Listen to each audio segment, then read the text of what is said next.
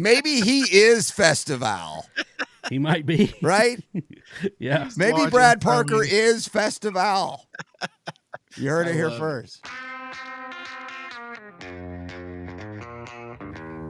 It's the beginning of December. It's Christmas season. We all seem to either have our plaid or our Christmassy something on. I'm into it. We have a fire going on upstairs. I have Christmas music. I love Christmas music. I don't know about you guys. I like good Christmas music. I like bad Christmas music. And we're going to get into that here in a little bit. This is going to be an unusual show. I'm Barry. That's Russ. That's Bryan. Welcome to the What Podcast. How are you guys doing? I'm doing great, Russ. You had a later night than me. How are you doing? I'm survived. We did Main Times 24 here in Chattanooga, which was a big 24-hour block party. There's a parade, there's events, there's all kinds of stuff going on. So yeah, that's what we ended up doing. And I stayed out a bit later than you did, it sounds like. But Bryan calls it the greatest day of the year. I agree. It is the greatest day of the year. Yeah, it's a pretty good one. It's I would call it our signature event here in town. For the quickest backstory, without boring people who don't know or care about the small community events of the city we live in, a bunch of people just put together a block party. I mean, that's the best way to put it, and it's stretched out over the course of about 20 blocks now. And 17 years in, and we being just about anybody who considers themselves cool, or it's hip, a hipster event, hip or into the scene whatsoever, has at least, I don't mean goes every year and participates, but I mean at least recognizes that it is the event that most of us all look forward to. And this is kind of turned into for me, that if the headline isn't, well, this one sucked, well, there's not really any more different this year than any other year. It's kind of like, well, it's just another Pearl Jam concert, or it's just another, I almost could say Bonnaroo. Was Bonnaroo good? Of course it was good. It was great. Well, part of the reason it's interesting and I bring it up is because Russ drives the bus and you go with him. So it's a little bit more than just you stood on a sidewalk. It's not just that I drive the bus. It's that the bus is in a parade. Correct. Yeah. Yeah. That's what I meant. What better way to steal someone else's ideas and thoughts and use them all about your own to draw attention to yourself. Yeah. Look for the Westphalia bus. It's Lord Tacos, but I'll be there doing all this stuff. Check out me. Look at me. Well, yeah, I'm the one driving, but you and whoever else we have riding with us, your job is to pass out candy, Jell-O shots, beers, whatever we have, and we always, run into a bunch of people we know driving down through the it's packed on both sides with people. Yeah, it's the Jell-O shot has become synonymous with this event. It's become, it's almost like a logo of sorts. Like here, I don't know where it happened. This is a grassroots thing that started in 2007. Yeah. And it's just become what it is. There are no rules like, here's the list. Y'all check them off and make sure everybody does it. It's just become what it's become. And I made 100 Jell-O shots, Barry. 100. We gave them all away, too. And we gave them all. And boy, we could have given away 300 without even trying. Yeah. I've never made Jell-O before or Jell-O shots. It was interesting. That's why I bring it up. I think that's so cool. It's fun. Interesting. Cool. Time in my life to decorate start the making bus. Jell-O shots. Yeah, put lights, decorations, garland all over the bus, get it all tackified for Christmas, have a tree inside, a little mini tree. And in the end, it's kind of our Christmas party for the hipsters in town. And it is. It was to help revitalize and gentrify, if that's the word you want to use, a certain part of town that in the last 20 years has gone from crime and insert anything you could guess from a mid-sized downtown city and turned it into one of our favorite places of the city. So correct. Yeah, I mean, 20-something years ago, Main Street is not a place you would want to be anywhere near. What was it? What was our friend Dixie? And again, we're being local, but Dixie's wife said you could get a speedball, a blowjob, and a bag of weed. Ragweed, too. Yeah. Ragweed. That's where you went, was Main Street. Yeah, I worked down a Yes. block away downtown for all during those years, 2002 to 2000, we'll call it 15 or so, when things really started to turn around. And you left your car doors unlocked just in the parking lot of your work. Well, you weren't going to have anything left in it when you got out there. Nowadays, it's as nice as it gets. It's a cool place to hang out. Yeah, nowadays there's all kinds of cool bars, restaurants, little boutique shops. I mean, just all kinds of stuff. It really is, and you can just walk up and down the street, and there's events happening all over the place. We did after the parade, we went straight to the chili eating competition, right? Yeah, that's a regular stop. They were about out by the time we got there. It was so crowded yesterday with one of the better weather days we've had in a long time. And then it's just like a Bonnaroo thing in a sense that it's a choose your own adventure. Like there's 150 events, and they're not like these massive events, but they're all little pop-up small things. You can take your kid. It's very family friendly. But it's also despite the Jell-O shot. Despite the talk about the Jell-O shots, it's very family friendly. It's dog friendly. Bring your kids. Just hang out. Super family friendly. But it is a drinking event. Let's not mistake this. Oh yeah. For anything other than a drinking event, and the main reason I call it pretty early most nights these years, and well, it's I would call it early in the older years too. Is that the drinking starts to pick up towards the evening when all the live music hits, and that's a scene I can't. That's true. Can't really handle as much anymore. But years ago, I still called it early because we were drinking at 9 a.m. while we were getting in the parade. You start. Yeah, you got to start. Don't start in the morning. Exactly. So by all day. my whenever someone just says just quickly because it always comes up because it's everybody's so excited as it gets here. What are your plans? What are you doing? I'm like, if I'm not home or where I'm going to be for the night by halftime of the SEC game, something's not going right around here. I'm not sure what it is. But that was pretty much the plan yesterday. So, yeah, it was big time. But, yeah, just another year, another good year. Well, I was out late, and actually I just picked the bus up. I parked it on Main Street and left it overnight. I got a ride. I just got that home. I looked like I was out late with him, but I wasn't. I was just laying in bed all day. Oh man, and it's not a problem, but it's so funny. You look in the bus, in the floor, there's just all kinds of candy that was left over, and empty beer cans, and empty Jell-O shot containers, and I mean, it looks like a bomb went off. I did get to see Lillian. They played at 5 at Boneyard. Nice. So got to see that. That was fun. And then just ended up walking. Wow, we went everywhere. I ended up buying. We went to PAX was the place we ended up at towards the end of the night. So that's where I closed it out was PAX. Nice. And so All right. Yeah, it was fun. Quite an adventure. Yeah. All right, good deal. So obviously you can tell we're going to be all over the place today. This is going to be our end of I don't know, Russ. Is this end of season 7, season 8? Are we going to go ahead and make this official, and we'll start back in January? We'll wrap up this episode today, and that'll be it for season 7 because we're going to take a little break here over the next few weeks, and then we'll be back in January when there's a lineup. Yeah, 2024 is gone with the wind as far as I'm concerned at this point. But we say it every year, but we got the Spotify Wrapped. Let's talk about this for a minute. And congratulations, Russ, because that's all on you, brother. You do so much work, and Bryan and I talk about it, but we appreciate you. Those numbers came in; they look good. And that's all about your hard work, and I appreciate it very much. Well, thanks. Yeah, definitely. I mean, it's not just me. I mean, it's everyone that listens too. We appreciate. Well, I mean, my hair carries a lot. It goes a long way. I get that. It's a good head of hair. Yeah, it's a good head of hair there, Barry. Incredible amount of growth, both Spotify and YouTube. I mean, we just have been killing it lately. Well, let's spend a minute on this. I got a couple things real quick. Let me start. Yeah, because I wanted to do this because we probably have a lot of new listeners. You probably don't even know. We started this show in 2018. It was Brad Steiner, myself, and I were having lunch, and we said we need to talk about Bonnaroo because we talk about Bonnaroo every time we have lunch every week. So we started this silly show, and we thought it'd be 3 months. And he knew Russ. I didn't know Russ. He knew Lord Taco. Came up with a website. Taco built it.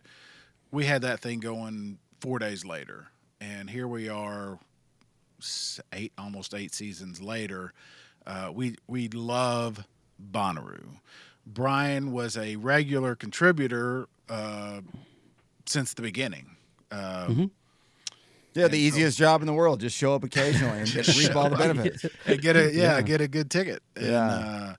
And Brad decided about a year ago, I guess, or January. It's been a year. He too many things going on. He's a program director. I don't know what his title is up in New York. It doesn't matter. Gets paid way too much to do very little in New York. And big good on him cheese for radio guy up in New York. Good on him Well, for it. he's in New York. He's got like 3 radio stations across the country, doesn't he? Doesn't he have Chicago? It might be more like 6. Big markets. Yeah, it's probably more by now. Yeah. Yeah. So anyway, I'm just for those people who are like, who are these? Yeah, who are these idiots in their pajamas? Yeah. Whatever. In their pajamas. Talking about Jell-O shots. Talking about Jell-O shots. In some city I've never heard of. Yeah. Yeah, we all live pretty much in Chattanooga, but we've been going to Bonnaroo. Bryan's been every year. I went to the first one, didn't go for 4 years. Been every year since 7.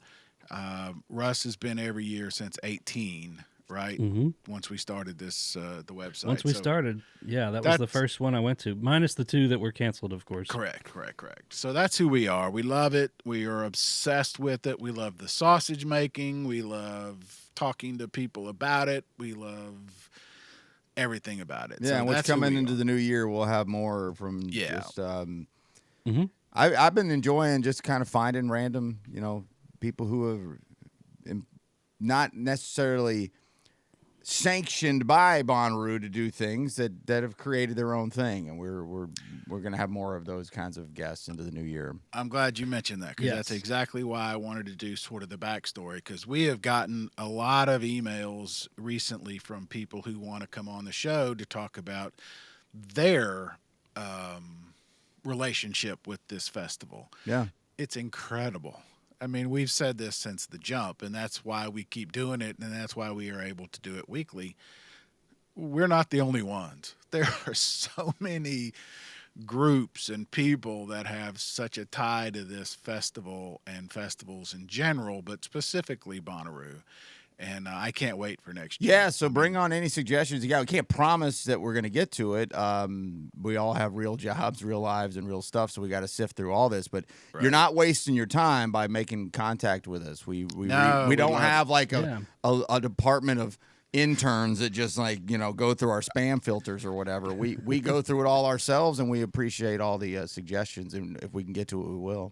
But that's exactly. So that's comments at thewhatpodcast.com if you want to reach out. There you go. But we have so many, and that I wanted to sort of tie it up. I guess if the right thing, because thank you. Well, on that, I'm glad. So now go. Yeah. This all that ties in good enough too, because it's a real legitimate question by me. So I first saw the Spotify Wrapped. We all know, it's a brilliant thing they do. I mean, just the way it's curated to be automatically shared to your social. Like, you don't have to do anything. You just go, I'll share that one, and I'll share that one. And then, a lot of people think it's some kind of look at me. And of course it is. But that's what all social media is. So stop. Like, if you think if that's a problem for you, then I don't know what we're doing here. There's so many worse things you can be doing with your time on social media than sharing what music you like. That's like the most innocuous, perfectly easy, simple, what you should do with social media thing out there. Right. And people are killing people for it. And I would have done the same thing 15 years ago. I get it. So I think it's pretty cool. But beyond that, so beyond just that it's neat and that we all somewhat enjoy it, the numbers, I always, junk data and polling drives me crazy sometimes. So I start to wonder. I start to see my local music friends, and I start to see my people who do whatever, and I see everybody's up 150%. Everybody's up, all this. I think that's more of a product of, well, if I'm way down, I'm not going to share it. I think it might be more of that. I also think it might be a little bit of fudging the numbers by Spotify to make everybody feel like they're having the greatest time of their life. But they're real numbers that you can look yourself. I mean, Taco, you can pull every number you want. You don't need Spotify Wrapped to tell you that. Long, long, long way to get to a question. Where would you guys suggest, because this is a multi-platform show here, someone says, hey, you got a podcast, you got a video cast, you got a show. That's cool. Where should I find it? What would that answer be for you guys? Is it YouTube? Is it as simple as saying YouTube? That's a good Yeah, question. that's a short answer. Yeah, it's funny because I have people say, where can I find your podcast? Well, it's thewhatpodcast.com. But then I'm like, but go to YouTube because those are the numbers that That's the numbers matter. we want the most. Yeah, that's the ones we want. Selfishly, those are the numbers we want the most. But the next time I sit down and watch a video cast on YouTube, won't be the first, but it'll be the first time I did it deliberately, right? Like, so I'm a Spotify guy. I love Spotify. I listen to everything through Spotify, but I quickly went through it. They're behemoth. I didn't quite realize they were this big as just from their streaming platform, 640 million monthly users. YouTube Music only around 100. Apple only around 100. YouTube overall is billions, but that's the behemoth that it is itself. Right. Yeah, so, YouTube is the biggest video platform in the world. But so like YouTube Music, Apple, these other places to listen to podcasts, they're like a third combined, about half of the combined size of Spotify all the way around. So that just got me wondering, like, how much of those numbers matter? Well, the more I look at this, they matter a lot. So anyway, that just made my simple question: where should people watch? Well, I listen in the car, so obviously I'm not watching YouTube. Yeah. Well, yeah, that's the thing. We're both audio and video, and whether you prefer, a lot of people do like to watch, a podcast rather than just listen. Lots of people do. I don't understand, but if you're in the car, you want to just put on a podcast, or maybe you're going out for a run, or you're doing dishes or something, you don't necessarily have it on that you're actively watching, but it's something you're still listening to. So Spotify is good for either one, because we do have video on Spotify now too. Yeah, that's a cool thing they've integrated too. So I mean, there are no wrong answers. Find the show and listen, and we love you to death. But and we don't care where you listen. Yeah, thank you. That's, I don't either. I don't care either, but it did just pop into my head while I was going through these, and was kind of shocked by how big Spotify was compared to the others. Yeah, that if point. If someone said what's the best place, and I would default to YouTube, but I think my default was probably the right answer. Yeah. Anyway, that's all. On that one anyway. Again, like I said, we're going to jump all over the place. What news? Do we have actual Bonnaroo news? Because what we're going to do here in a little bit, we're going to share. I ask you guys to share your top 5 vinyl choices. If you had to recommend, or I forgot how I phrased it, because you can. I've got 2 different lists that bounce around the orbit what you were asking for, and I'm not sure if they'll fit in or not, but I do have one piece of news, Bonnaroo, but go ahead. And then let's not skip the news. Let me set the show up a little bit. So I won't say who, because I don't think she'll be listening, but somebody's getting a turntable for Christmas. And so so the question was, all right, what do you buy for that person? A starter kit, a vinyl starter kit. Yeah, you can't get somebody a turntable and not at least include a record. You got to have some records. And so that's when I reached out to you guys and said, what would be your top 5 starter kits? And that's how we're going to go. Obviously, that can go, it depends on the age, it depends on the time of year, but whatever. I said it to you guys. I told Russ before you got on, Bryan. Seemed like an easy question when I asked it. And it never is easy. It has hair-lipped me for 2 days. I thought I had it, but we're going to do that. And then I have a Christmas gift of my own for you guys at the end with a little bit of a history thing. But before we do that, what sort of news? What we need to again, this is second week of December. We know there's rumors. We know the lineup is coming in a month. We're going to take some time off. It'll be here before you know it. But let's just talk Christmas and have some fun. So the only thing I saw digging through things after our event yesterday was over the weekend, I should say, is another Roo Clue, right? Hot Mulligan. Are you familiar with this? Not at all. Yeah, me neither. Me neither. But another, at least on this Roo Clue, once I saw the name Hot Mulligan, there was somebody playing golf. So okay, I see where you might have got that one. And going back to last week when both me and Barry were like, these clues are making me cross-eyed. Yeah, I still don't get them.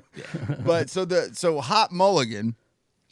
who is and I didn't see a confirmation on this from anywhere, but I saw people talking about it enough that I believe that looks like that's to be true. So who is Hot Mulligan? Did a quick little just mini look into this. Their roots on paper go back to 2014. The AI Google just quick pull said the band members are between the ages of 24 and 27. So I'm gonna assume they're closer to later 20s. And this stuff is what I wrote down. I'll say newer because they're a 10-year-old band, but new wave emo pop punk. I believe if you hear them and hear that description, you'll be like, that's exactly what it is. It's pop, it's punk, it's emo. Okay. And it's kids, though. I did the math. That's why I looked up their age. That when emo was exploding 22 years ago, they were like 4. Yeah. Or 6 or 5. I mean, they were old enough to hear the new song and bop to it, right? So they weren't babies, but they were very, very young. And then in 2014, 2015, they leaned heavy into that sound, and I guess that's why they didn't take off, because in 2015, emo was it moved. Dead as grunge. I mean, moved on. Nobody listened to emo in 2015, but it is, if you like that kind of music. They're from Lansing, Michigan, and that's what they do. I'm guessing they're a 1 or 2 o'clock this or that on any day of the festival, or a Thursday night this or that. That would be what I would guess on the little bit of limited information on Hot Mulligan. So now we're looking at Tipper, Hot Mulligan, and Glass Animals, right? That's what we're... Yes, and Justice. Oh, wait, that's right. And Justice. That was another festival leak that came out this week. Half of those I'd never heard of before the other week. I went back and listened to our interview with David and Lauren and Bryan. Great interview. You nailed it with David talking about Tipper. I'm with you. I'm in. He made it sound fun, show, right? Yeah. Well, but you don't come out of the UK and have recognition across the globe, and 30 years ago, and not have something pretty special going on. True. And if it's one of the last shows he's going to play, that's reason enough to go check it out. We on our text thread, we were talking about things that we're suckers for.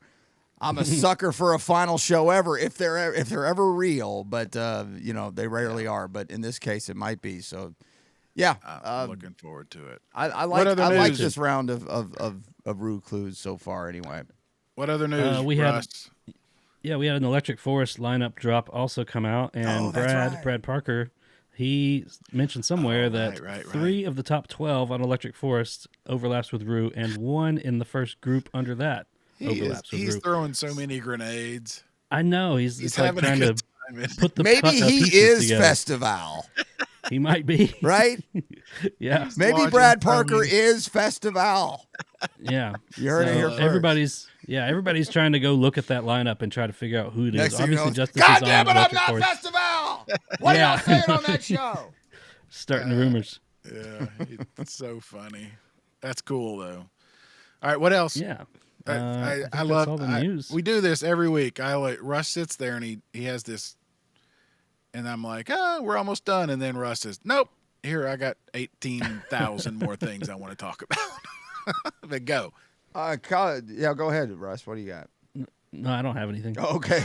So that was it. I mean, Roo Clues, some leaks, and then all that. So I think that's all the Bonnaroo news.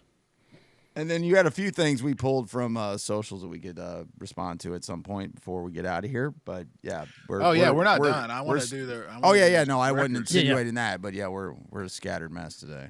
Yeah, we're just having fun. All right, so yeah, but if you want to keep talking about my bus some more, that's fine too.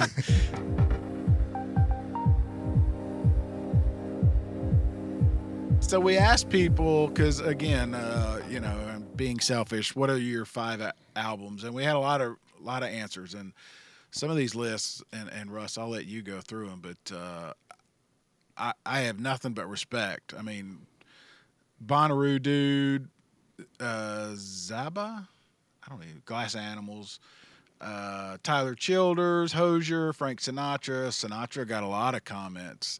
which I love. George Michael, Bing. Gotta love Bing. Neil Young. I mean, everybody's all over. Neil the Young place. Decades is one of the suggestions. If you're gonna start with Neil Young and you only know maybe Yellow a handful, Moon, Hitchhiker. Start with Decade. Dylan, Bowie, Elton John. What else, Russ? I'm stepping on you. I was going to ask you. Well, there was one comment that went a completely different way because we just said, top 5. Someone went and said, like a good obviously turntable, but then also like a stand, a place to store vinyl so they don't warp, place to show them off, it's just, which is part of it. I mean, yes, the records are part of it, but yeah, some of us like to show them off there. Yeah. Russ, hang them on the wall. Yeah. I was going to ask about cleaning. I mean, that's my new thing is how you clean a kit. I still have the old one from Record Bar, believe it or not, that I got probably in the late 70s when I worked there, so people will know. So I still have that. But, is it that little brush thing that looks like almost like you'd shine some shoes? Yep, exactly. Yeah, I've got one of those brushes. I do too. Cleans the needle. Yeah. I should be able to think of the name, but all right. So thanks everybody, and we'll share some of those. But I want to hear what you guys think. And again, we alluded to it. You could go so many ways on this. I mean, you could do, desert island top 5. You could do things you want your kids to have. There's so many answers, so there's no right or wrong. But do you want to go one at a time, or you want to go all the way through your individual 5s? Let's just start right to left. From my right to left, Russ, you go first and just let's just do one list that you want to do, whatever it might be. I've just got my 5 favorite that I own. I've got that. I've got a gift-giving suggestion of a list, and that's what I've got. So I've got my 5 just favorite that I've ever owned, which is not really what you asked, but I don't know exactly what you give people for gifts, except I do have one suggestion that I'll get to. All right. Well, I'll start with one. This is I got Tales from Topographic Oceans from Yes, which is probably not their most famous album, but it's one of my favorites. And just to give you an idea, this is a double album. Yep. And there's 4 songs total. That's how long these songs are.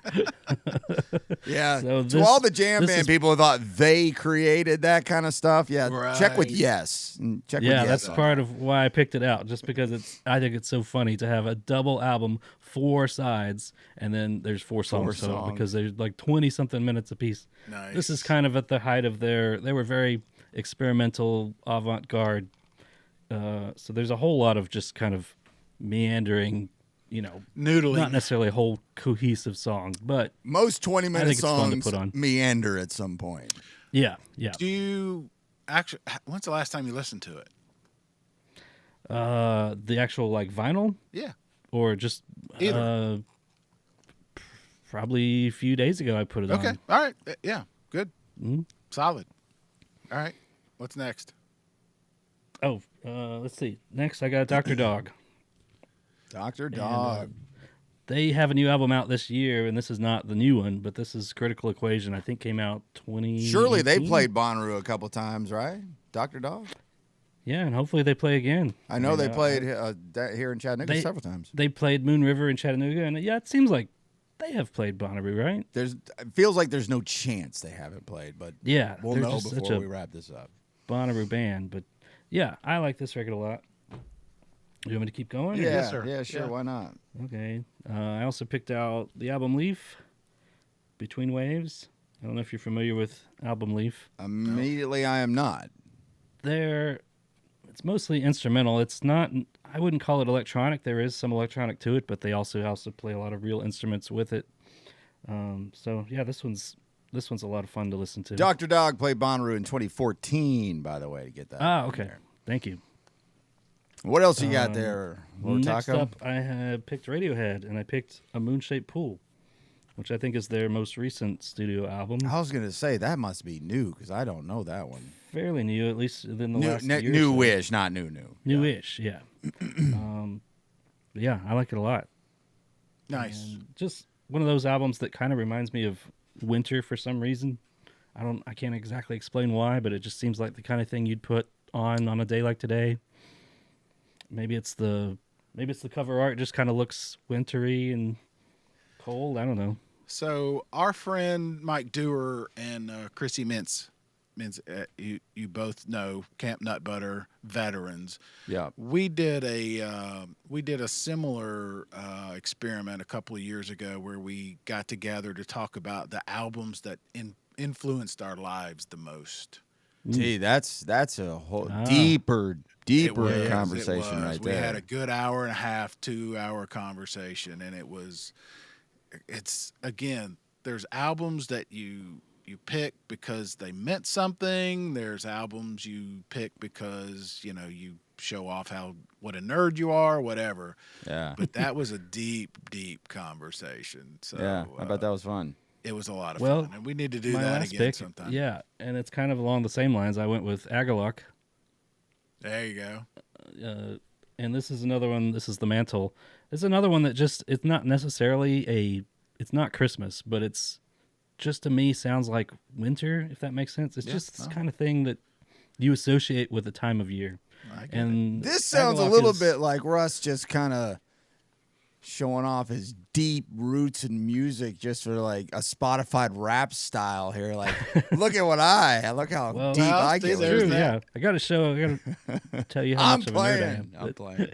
No, but that's part of it. Do you pick, and I probably should have said this before you picked, do you pick albums that you're just showing off, you want to show what a nerd you are? Or I didn't know. It's so hard to differentiate. It's so hard to differentiate because sometimes they're the same thing. But also, some albums came to mind that I was like, oh yeah, I should grab that. And I went and looked. I actually don't have some of these on vinyl that I really should. Yeah. And so it's, of course I also have tapes. I've got cassettes, CDs. We could have gone a lot of different ways, but I just went through my collection, and this is the 5 that I picked. No, there's no right or wrong, no judgment. Yeah, that's what I love about it is it's up to interpretation on top 5 or best 5 or starter pack or however you want to do it. I mean, I'll let you go, Bryan, but for me it was sort of part of it was these are the albums that I want my kids to like, and that's a different thing for me because I have grandchildren, so. Yeah, you could have gone all kinds of different ways. Well, that's a good point, too. I didn't think about that because I went with 5 for me, but yeah, you're right. If you're picking 5, depends on who you're picking it for. You might tailor it to everything. Either that's why I have 2 lists. It's really like one and a half lists. I have a list and some honorables, which is a cheat, but it's the same. I have a little honorable here, too. All right, so go ahead, Bryan. Well, those are my 5, so I'm done. Those are your 5, yeah. As y'all know, I tend to like to use these more as visuals than listening, and some people give me a little bit of a hard time for that, but I do. If I buy a record, I listen to it immediately, and then I'm a collector in the sense of they don't have to be super limited editions, but there needs to be for me some kind of release that has some kind of, even if it's a fabricated meaning, so like Record Store Day and that kind of things.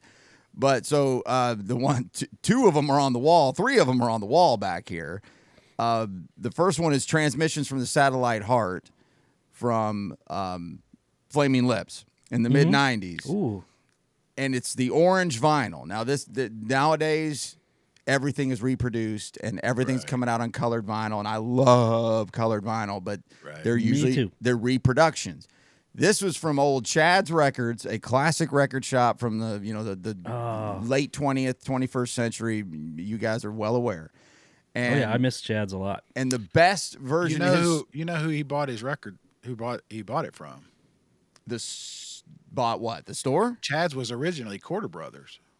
My brother I did not know Bob this. opened Really? Quarter Brothers, and Chad bought it from my brother Bob. I didn't know that I am either. not surprised that there are degrees of separation that are very small here, but I didn't know that it was that close. Yeah, I know Chad very well. Well, his old, the 90s location.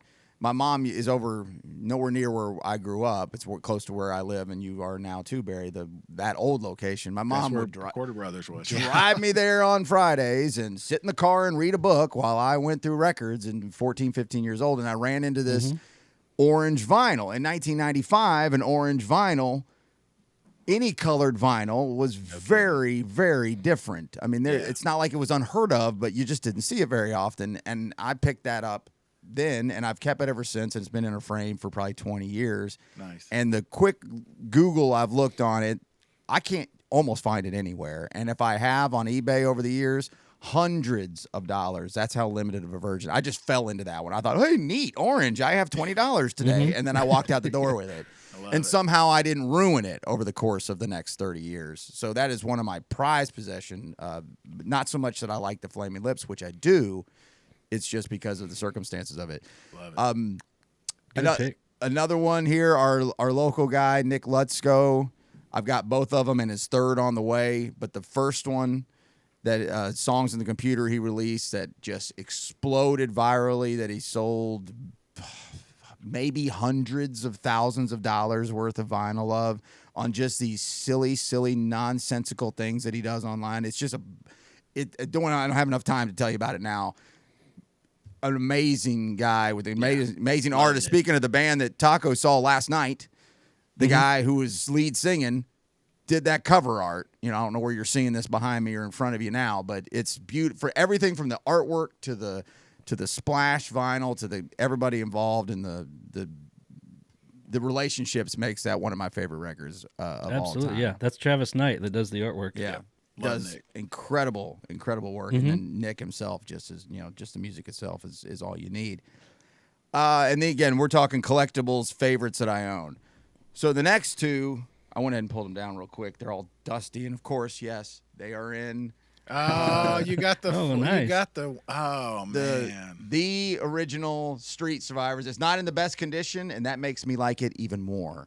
I ended up trading this for bills with somebody when we were in our mid-20s. So, like, paying bills, and we were all roommates. Yeah. Hey, I'm short on this.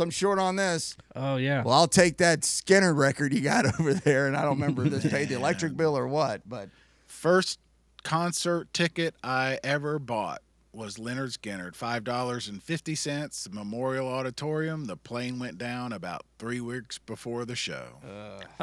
There's so many of those stories out there. Yeah. So many of those stories. But so I'm a big Leonard Skinner fan.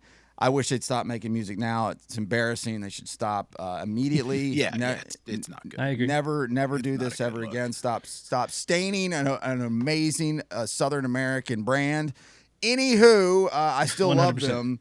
But in this, if you look real close, you might probably already know this, Barry. That is Neil Young's Tonight's the Night record on Ronnie Van Zant's shirt. Everybody always thought they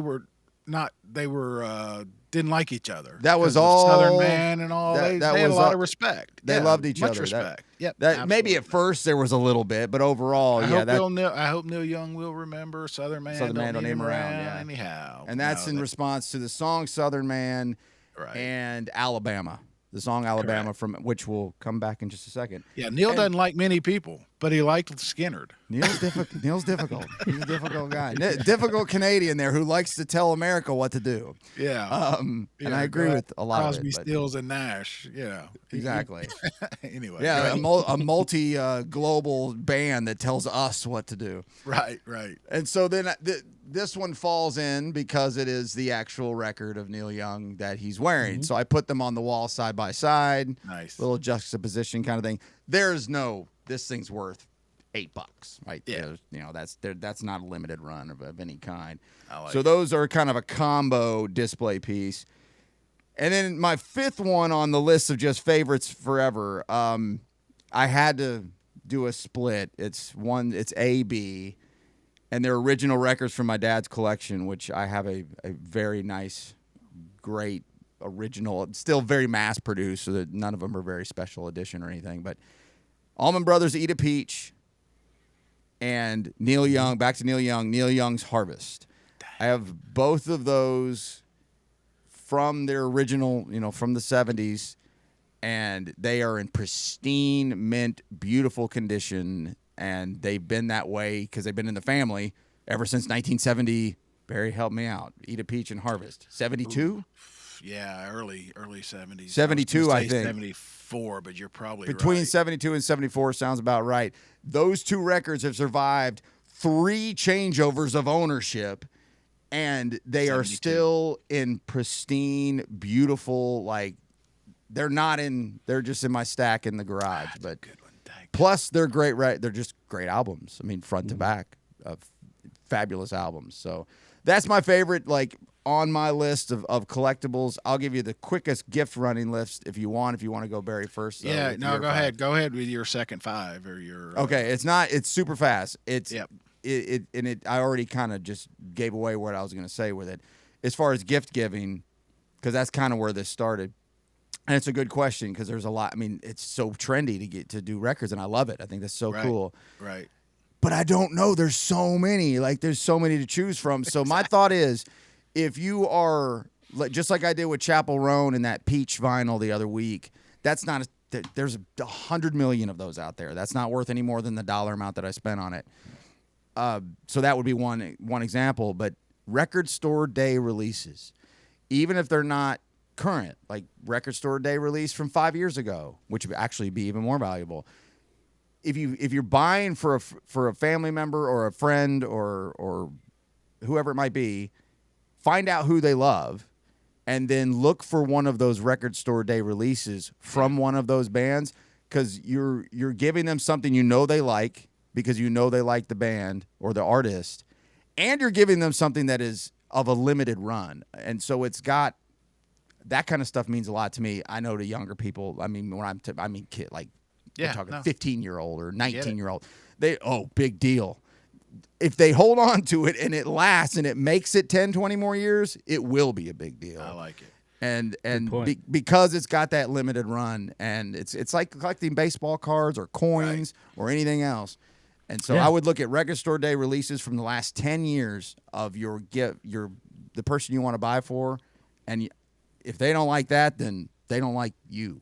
And along those lines, what I love is the releases that are coming out are really quality. They're 80 gram, 180 gram, 180 gram. Yeah. That's like, I think that's the highest level of vinyl. Yeah.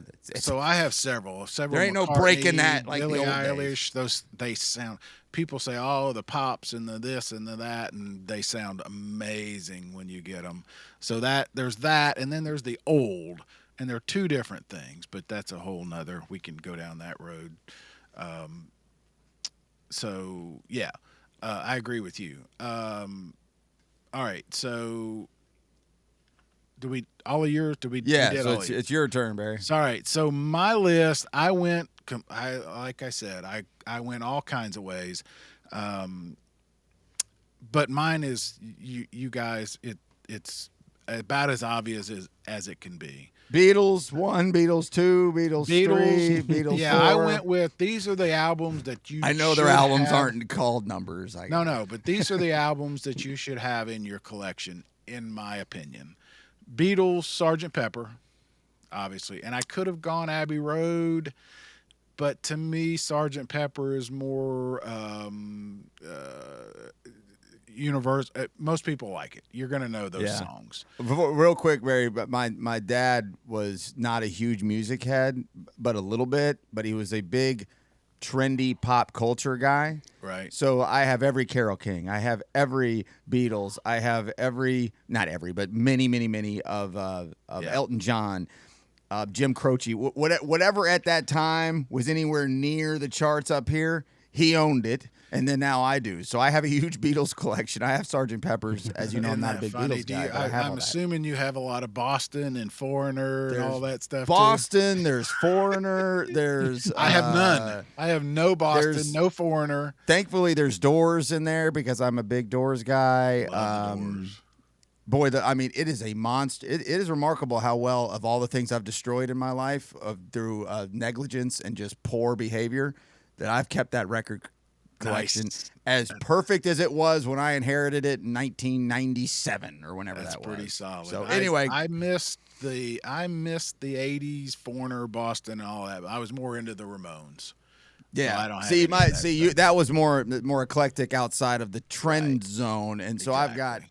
Geez, a few just other popped into my head. Jesus Christ, Superstar, just start naming anything that was a big seller in the 70s, and I probably own it. Tapestry, Carole King, speaking of her, Fogelberg. Yeah, there's got to be Fogelberg in there. I can't stand Fogelberg. I don't necessarily either. Until he died, and then I started listening to some. I was like, actually, this guy's not so bad after all. It's not, but it was so. I think I posted on Facebook the other day. You couldn't walk by a Celica in the 70s and not hear Fogelberg. I bet. But I got Fleetwood Mac, Rumors, all the classics. That's a good I got all the classics that I would never purchase myself. Pink Floyd, The Wall. I mean, the whole with the pull-out poster and everything. So I've got all those. So when I was working at Record Bar in 1979, The Wall came out. Michael Jackson's Thriller came out. And what was the other one? I mean, that's an exciting day at the record store. Three of the biggest albums of all time. Yeah. Yeah, amazing. Thriller should have been on my list, and it's top 10. Along those lines, and it's funny you say that, because I was such a music snob, I couldn't stand them at the time because they were so popular. But now, Back in Black is one of the best albums of all time. Yeah, I know you've really had a late life resurgence with AC/DC. Mm-hmm. It's just perfect. It's a perfect record from start to finish. So it's definitely on my list. Marvin Gaye's What's Going On is another. Those three, to me, everybody should have in their collection. There's no argument. I don't think there's any AC/DC in that old inherited collection, and I know there's not. What's the last one you just said? Well, the Beatles, Marvin Gaye, and Marvin AC/DC. Gaye, and there's not Marvin Gaye. I don't own you gotta have those. So Marvin, What's Going On was top 5 on the Rolling Stone top albums of all time. And really? It jumped to number 1 last year. It kicked the Beatles down a notch. Huh. It's so good. It's perfect. Rolling Stone needed some extra engagement. Yeah, that I week. mean, those lists. Yeah. Those lists are so funny because like REM used to be on it, and then nobody talks about REM anymore.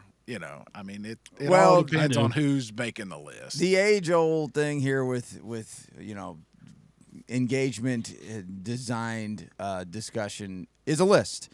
Correct. And nothing will get our buddy here, local guy, Sean Phipps, that used to be in media around here. I didn't quite think about it this way. I talked to him one day. It was like 5 best or whatever. Pick 3.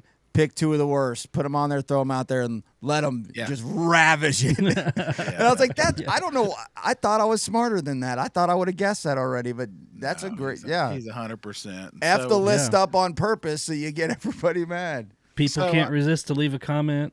I know. That's right.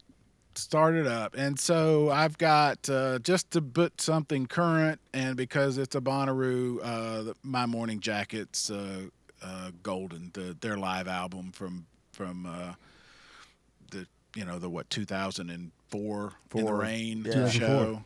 Yeah. That is, I'm glad you mentioned I knew that had to be on your list. Yeah. Yeah, it's a great album, and I'm so glad to have it. See, that's a perfect example of a record that I do need to own that I do too. that I don't need to listen to.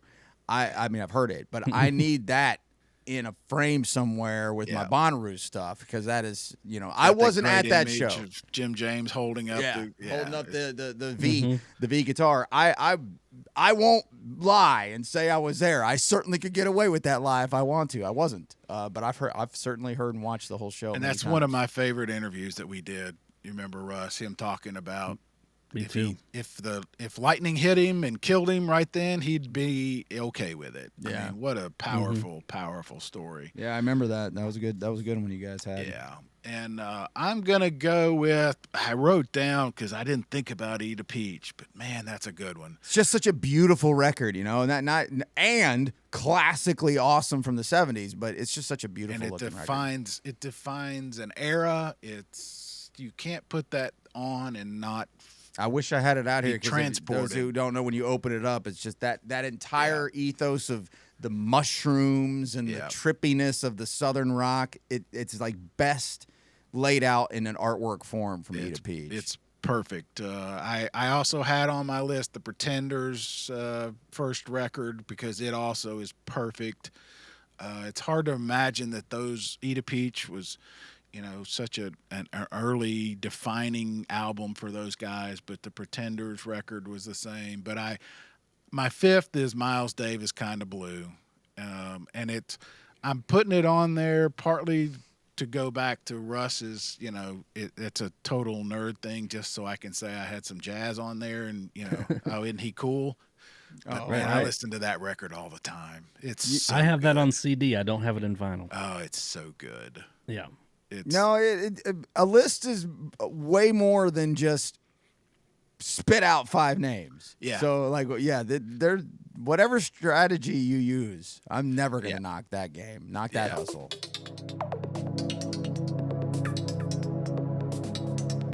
So those are good lists. You guys, I knew you would. Both surprised me.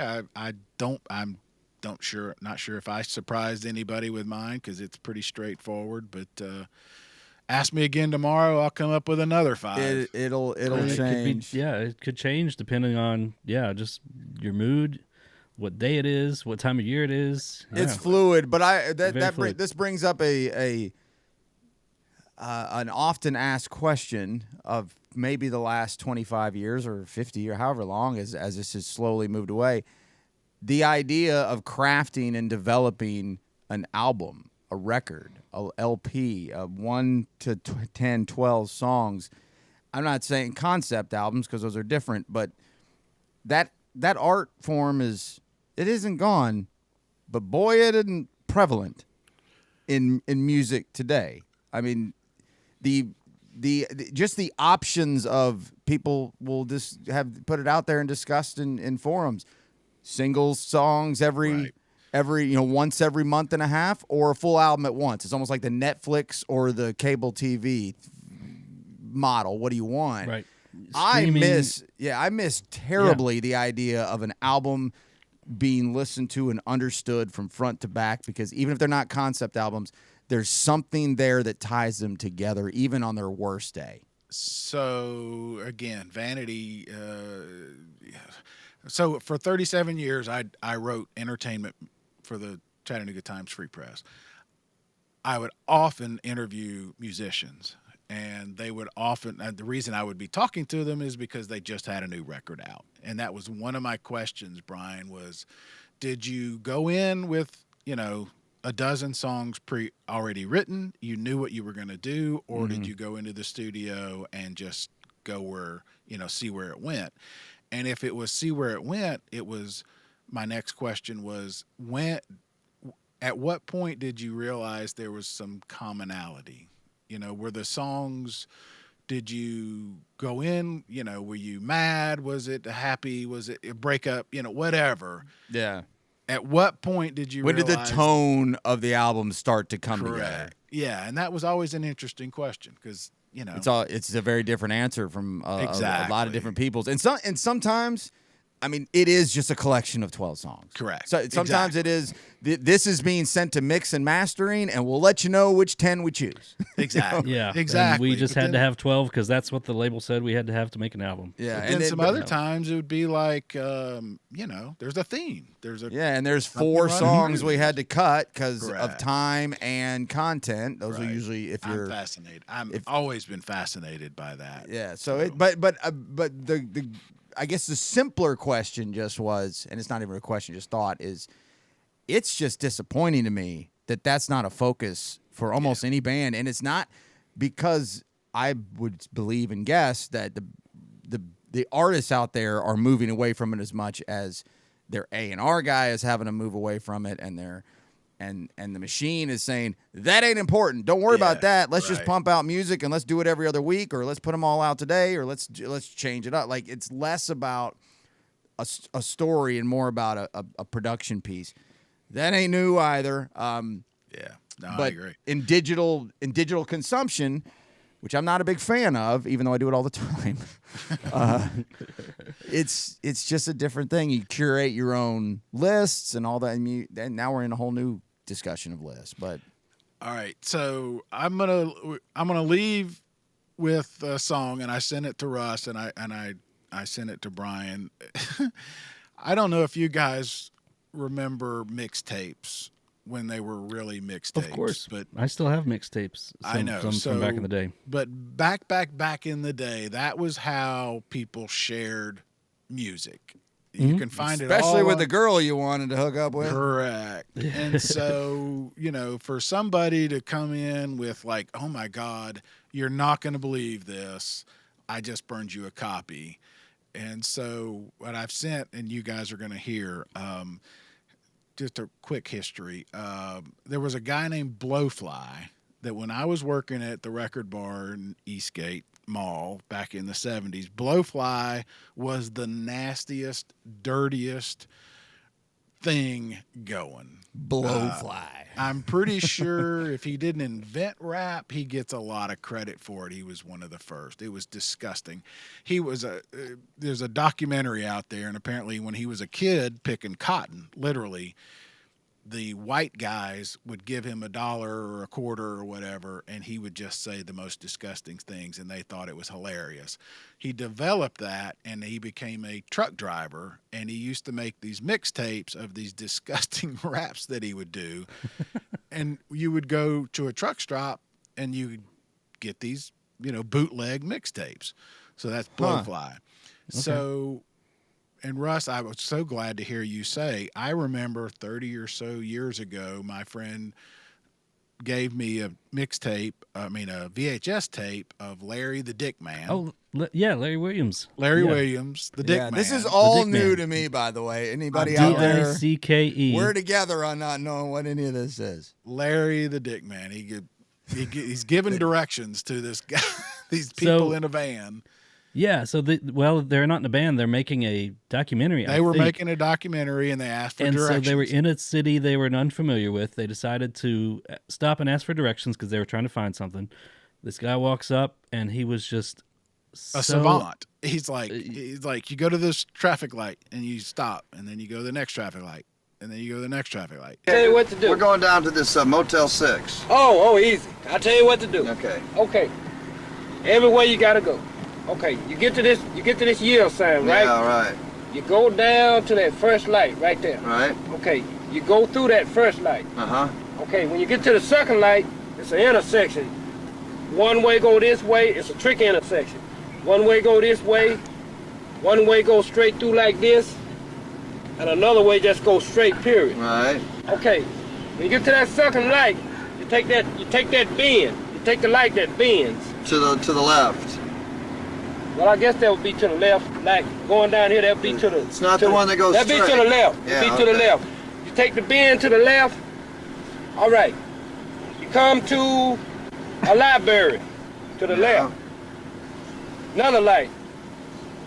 It's hard to describe, but they were just so blown away with this dude that they just picked up the camera and started recording. And this is probably, 92? You said 30 years ago, and when you said that today, I blew my mind because I was like, God, it seemed like it was 10 years ago. But yeah, oh gosh, no, it goes back a long ways. And in the days before the internet and YouTube, when you could just pull up any video ever, this is how you shared it. I mean, people would make copies of this VHS tape, and it just got passed around, and it was almost like an event. Like, oh my God, I just got this Larry Williams tape. Do you want to come over and watch it? Have you seen it?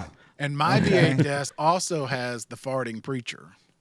Okay. Yeah, that was another one that got spread around. Yeah. Well, I am as of today, unfortunately. And now listen to this. You go a little further. You get the one, God's for you. You get, He's with you. And then the last biggie, God's in you. Man. So these tapes went like so underground and just... Bands would share them. I mean... that's how I got it, was music band musicians that I knew. They would share them. I mean, they had, you know, all those hours in a van, so that's what they would dub do. the tapes. Tape, and it would, yeah. And your copy is probably a copy of a copy of a copy that somebody's dubbed and given away, and it's the quality's awful. You can barely watch it. 100%. 100%. That was the only way you could see some of this stuff. And I took it to the paper TV. and showed it. I mean, people were tears. I mean, it was just so, you know, if you had it, you were the coolest guy, man. You had the tape. And it was almost like a competition to see who could get the coolest collection of underground skate videos or tapes or whatever.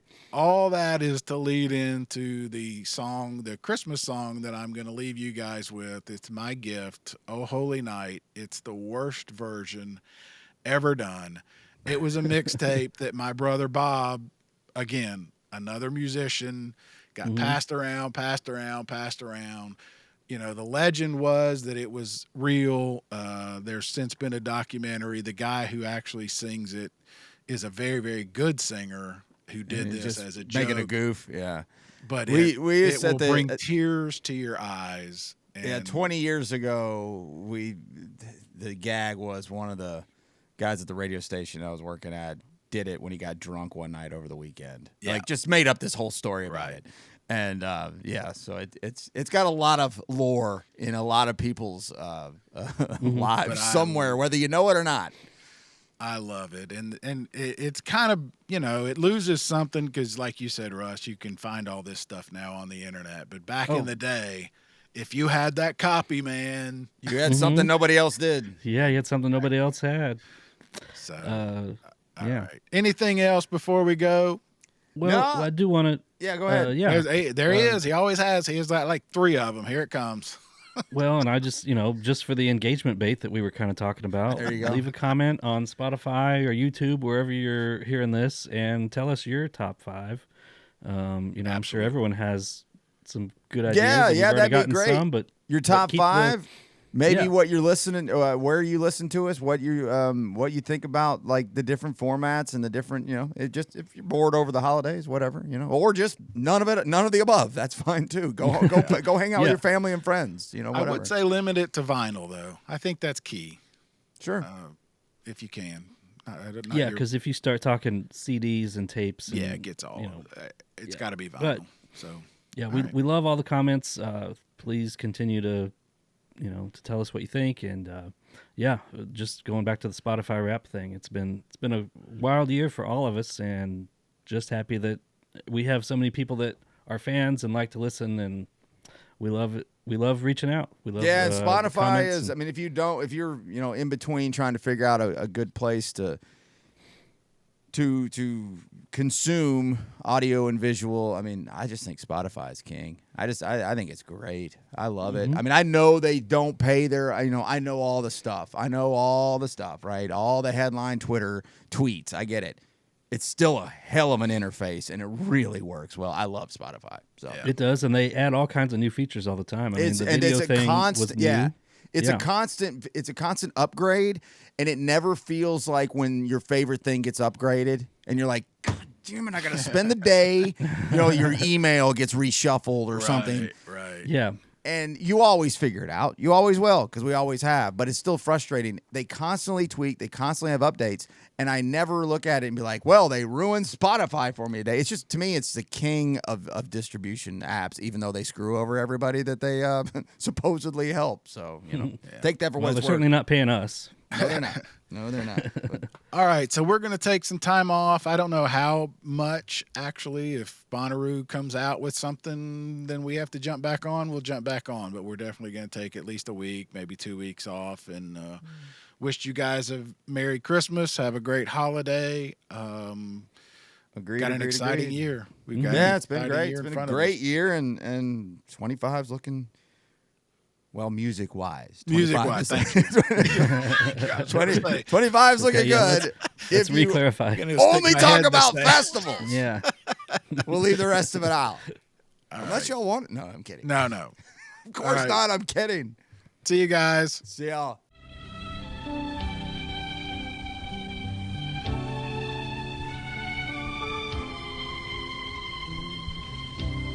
Oh, holy night. The stars are brightly shining. It is the night of our dear Savior's birth. Long lay the world in sin and error pine, till he appeared and the soul felt its worth. A thrill of hope, the weary world rejoices, for yonder breaks a new and glorious morn. Fall on your knees,